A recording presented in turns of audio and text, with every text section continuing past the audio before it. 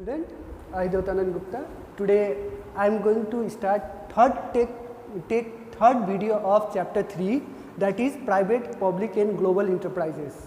Now in this chapter or in this topic I am going to start about the changing role of the public sector. Means in last class we have seen that there are so many changes, means now we are going to give more initiative to the private sector instead of public sector, because public sector enterprises are started slow moving, they are not doing too much development for the country, this and all. That's why we are changing the role of public sector. The public sector has played a vital role for Indian economic development of the country. Despite its impressive role, public sector enterprises suffer from several problems such as poor project planning, exercise overhead, overstaffing, underutilization of resources, inefficient management, etc. To overcome this problem and to bring improvement in the efficiency level of the public sector, some steps has been taken by the government. First, now changing role of the public sector. First step was government policy toward the public sector since 1991. In this chapter, in these 4 major reforms has been done in public sector in its new economic development policy 1991. These are the restructure and revive potentially viable PSUs, means those who have potential and which we can develop them, that restructure and revival will be done. And then second, closure down of the PSU which cannot be revived or which is not functioning well. Then now third point is PSU to be 26% be or lower if necessary, means there are so many PSUs are there where government equity in all strategic, it can be reduced to 26% or if necessary more than it can be. Now fully protect the interests of the worker, means there is full protection of the worker. Then the steps are, first one, reduction in the number of industries reserved for public sector from 17 to 18. In 1991 when policy was set up, government announces 7 out of 17 companies, they reduced to 8 companies in 1991, and in 2001 they have brought down to 3. In these three measures are coming: atomic energy, arms and ammunition and rail transport come under this section. This means that in 2001 the private sector could enter in all area except these 3 sectors, that is atomic, arms and railway. Now this also going to be disinvestment from next year or this year. Policy is going to be changed or changes year by year, etc. Now disinvestment. Second point is disinvestment of shares in selected PCUs. Means disinvestment refers to the sale of equity of public sector to the private sector enterprises. The government decided to withdraw the holding of the PSUs and encourage more participation of private sector in managing public sector enterprises. It will improve management efficiency of PSUs, etc. The primary objective of privatization are releasing a large amount of public fund blocked in the units and utilizing them for the social benefit purpose and all, reducing debt and interest burden, transferring the risk from public sector enterprises to private sector enterprises, reducing government control. Number E, discouraging government monopoly, that is telecom industry and all. Now third one is the policy regarding SIC unit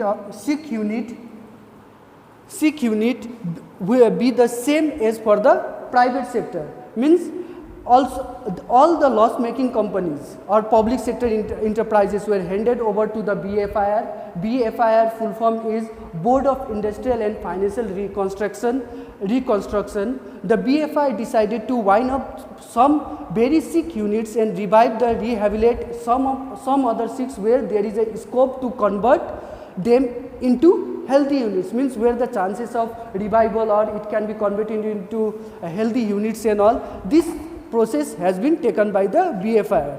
So the government of India set up National Renewable Fund to rehabilitate and compensate the worker and offer them various voluntary retirement schemes. There are many enterprises which were very sick and the government are not in a position to feed them in anymore. That is why the government has to take the harsh step of choosing these units after providing safety to the workers and all through National Renewable Fund, etc. Now, last point is Memorandum of Understanding. Memorandum of Understanding. Memorandum of Understanding or MAU state is given greater autonomy. There are given targets, and to achieve the target, these units are granted operational freedom, but they are accountable for not achieving the result on time. Though MOU, the unnecessary interference of minister can be reduced and more autonomy is granted to this unit, they are held accountable for specific result, etc.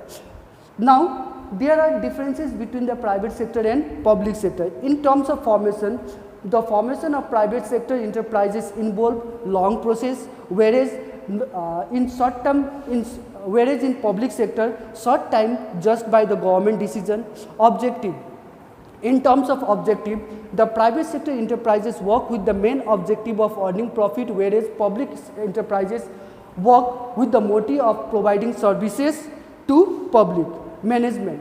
Private sector is totally managed by the private person or private owners which are professional and expert, whereas public sector enterprises are managed by the board of the director which is appointed by the government itself. Capital. In the private sector enterprises, maximum capital is contributed by the owner or through investor collection, but in public sector enterprises, maximum fund is given by the government to run the business.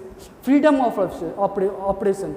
In private sector, there is freedom of operation, but there is a political interferences in the public enterprises and all. Where in private sector enterprises, where PBT term is written and PBT limited we have to write, but in government company we have to write limited term. No, there is no PBT term will be there. These all are the differences between the private sector and public sector. Now, let us go to the another point, that is MNC. MNC means multinational companies, or we can say it in different name, global enterprises. Global enterprises consist of two terms, that is multi and national. Multi and national. Multi means many and national means countries or nations. So, multinational means a company which operate in many countries, not in one country, it is operating in more than one countries. Such as company has branches, factory, workshop in different countries, and multinational corporation is also known as transitional corporation, global enterprises or international enterprises. The headquarters of the multinational companies are located in one country, home country, and it carries business in different parts of the country and all. For example, we can say that host country and the home country. Host country where the headquarters are located, and the home country and the other country where the business are carried. Now, for example, we can take an example of the Coca-Cola, Hyundai, Nike, Reebok. These all are coming under the multinational companies and all. We can say that Sony, LG company, LG TV, Samsung, these are all the multinational companies. Features or characteristics of multinational company. First, giant size. The size of the business is too much big. It means that the asset and the sales of the multinational companies are quite large. It covers all countries, operated in a large scale, this and all. Now, turnover exceeds the gross national product of a developing country. For example, The physical asset of IBM International Business Machine exceed $8 million. Now it has increased to another level also. International operation. International operation means that multinational company is not running in one country only, it is running more than one country, where home country is the headquarter and the other country where the business are carried, that is called host countries and all. Now professional management. A professional set of workers or employees, expert, specialized people, and keeping updating the knowledge and skill of the employees by imparting them training from time to time. It employs professional to handle the advance in technology, means expert are recruited as per the terms and as per the requirement. Centralized controls are there. Centralized control means the branches of the multinational company spread in different parts of the countries and controlled and managed by the headquarters located in the home country. All the branches operated within the policy framework formed by the headquarter. Oligopolistic power. Oligopolistic power means there are two, oligo and polistic. Oligopolistic means, oligopoly means power in the hands of the few countries only. Due to their giant shape, the multinational company occupy a dominant position in the market. They also take over the farms to acquire huge power. For example, Hindustan Lever Limited acquired Tata Oil Mills, Pond India, etc. to improve the market shares, etc. Now next one is the international market. International market means due to the vast resource and excellent marketing skills, a multinational corporation has access to different international market. It sells its products, services in different countries. MNC should be allowed to enter in the high-tech industries only, for example telecommunication, petrochemical, etc. MNC must bring their direct foreign investment, so there will be improvement in the balance of the payment. MNC should not be allowed to kill small domestic, some protection should be given to the small business also. This is all about the MNCs and all. Now let us discuss about the joint venture. Joint venture means merger of the two company, means two company merge and form a one company. When two or more firms join together to establish a new enterprises, this is known as joint venture. The two firms contribute the capital and participate in the management or enterprises. In simple word, we can say joint venture is a partnership between the two firms. For example, Tata Iron and Steel Company join hands with IP Call, a government enterprise to promote IPI Tata Sponge Iron Limited, Tundra Industry Limited of India and Yamaha Motors Limited of Japan joined together to form a Birla Yamaha Limited. Maruti Suzuki. Maruti is an Indian company, whereas Suzuki company together form a Maruti Suzuki company.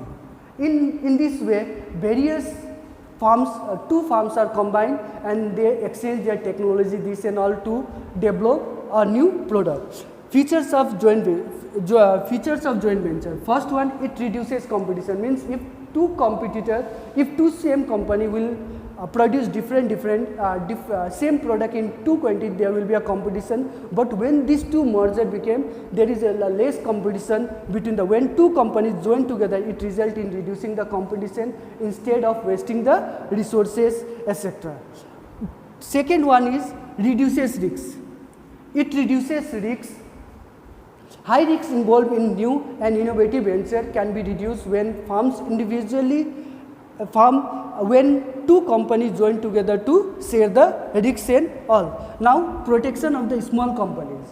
Protection of the small companies. Small firm can join together to compete with Indian firm. Individually, these firms find it difficult to face the company, but together they can compete with the other firms and advance.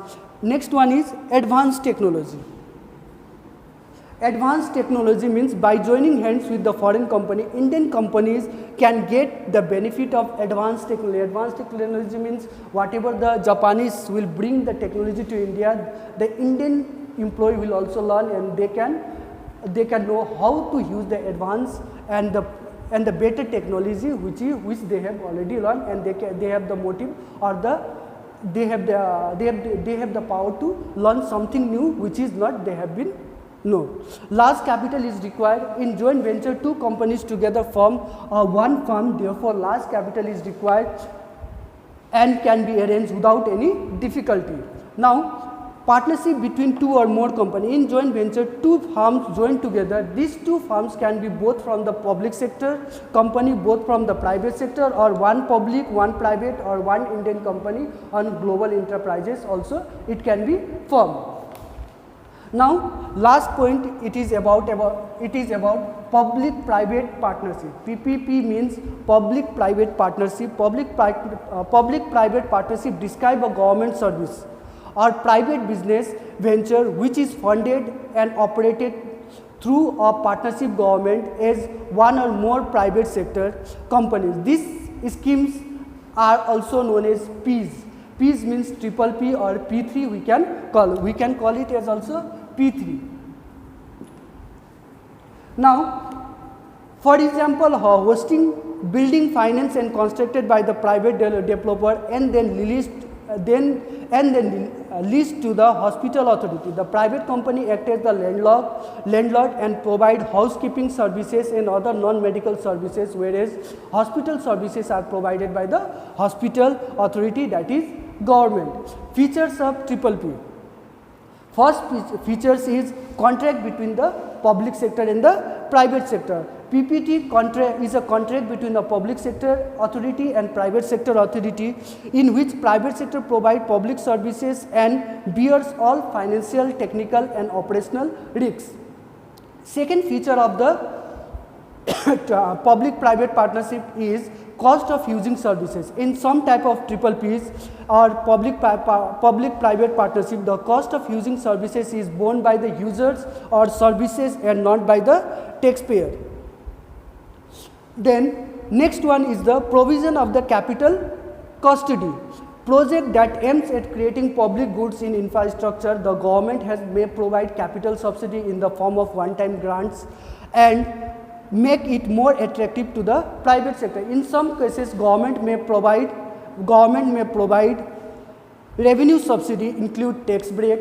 There will be some relaxation, some granted, and revenue should be given pertaining to high priority project and public welfare. Triple P is suitable for high priority projects such as infrastructure project.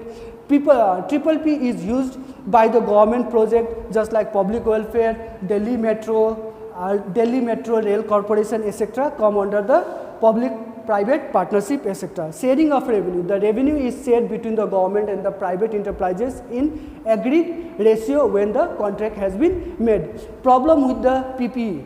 The main problem of the public-private partnership is project is the private sector obtained at a rate return that is higher than the government bond rate, even though most of the income risk is borne by the public sector and all. It means altogether public-private partnership it means that where public and private sector enterprises running together to running a contract between the public and private sector enterprises to develop one enterprises and all. Thank you.